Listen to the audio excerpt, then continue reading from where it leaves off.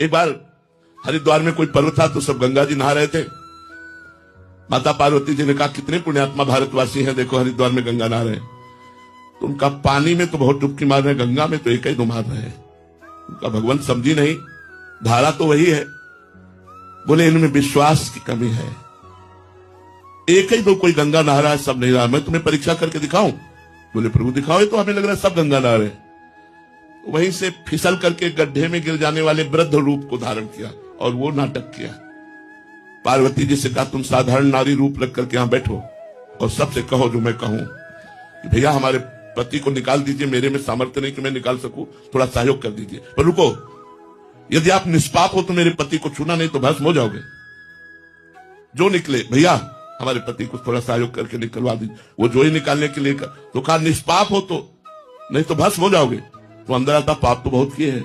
कोई कोई तो सुनते ही नहीं थे, कोई कोई सुनकर थोड़ा रुकते और जब पार्वती जी की बात सुनते तो चल देते। उदाहरण में बता रहे, एक आदमी आया, पार्वती जी ने कहा भैया निकाल दो। उसने गंगा जल रखा और कहा बहन अभी निकाल देता हूं। और बोले रुको, मेरे पति निष्पाप है, यदि कोई पापी पुरुष छुएगा तो भस्म हो जाएगा। बोले अभी आपको पता नहीं मैं गंगा नहा के आ रहा हूं, गंगा सर्व पापों का नाश करती इसलिए मैं निष्पाप हूं। और तुरंत महादेव जी को उठाया बाहर रख दिया और चला गया। पार्वती जी से कहा केवल एक गंगा नहाया इसने। तो बोले प्रभु नहाया तो सबने। बोले विश्वास और भावना की कमी। विश्वास और भाव, एक को विश्वास है जिन गंगा जी का नाम श्रवण मात्र से सर्व पाप नष्ट हो जाते। गंगा गंगा योजना नाम सतैरथ, 100 कोस से दूर कोई बोले गंगा गंगा तो उसका पाप नष्ट हो जाता है। मैं तो गंगा में स्नान करके आ रहा हूं, मैं पापी कैसे रह सकता हूं? उसको विश्वास है, विश्वास के कारण उसने महादेव जी को 1 मिनट में बाहर निकाल के रख दिया और उसी को महादेव जी ने कहा ये गंगा स्नान करके आ रहा है।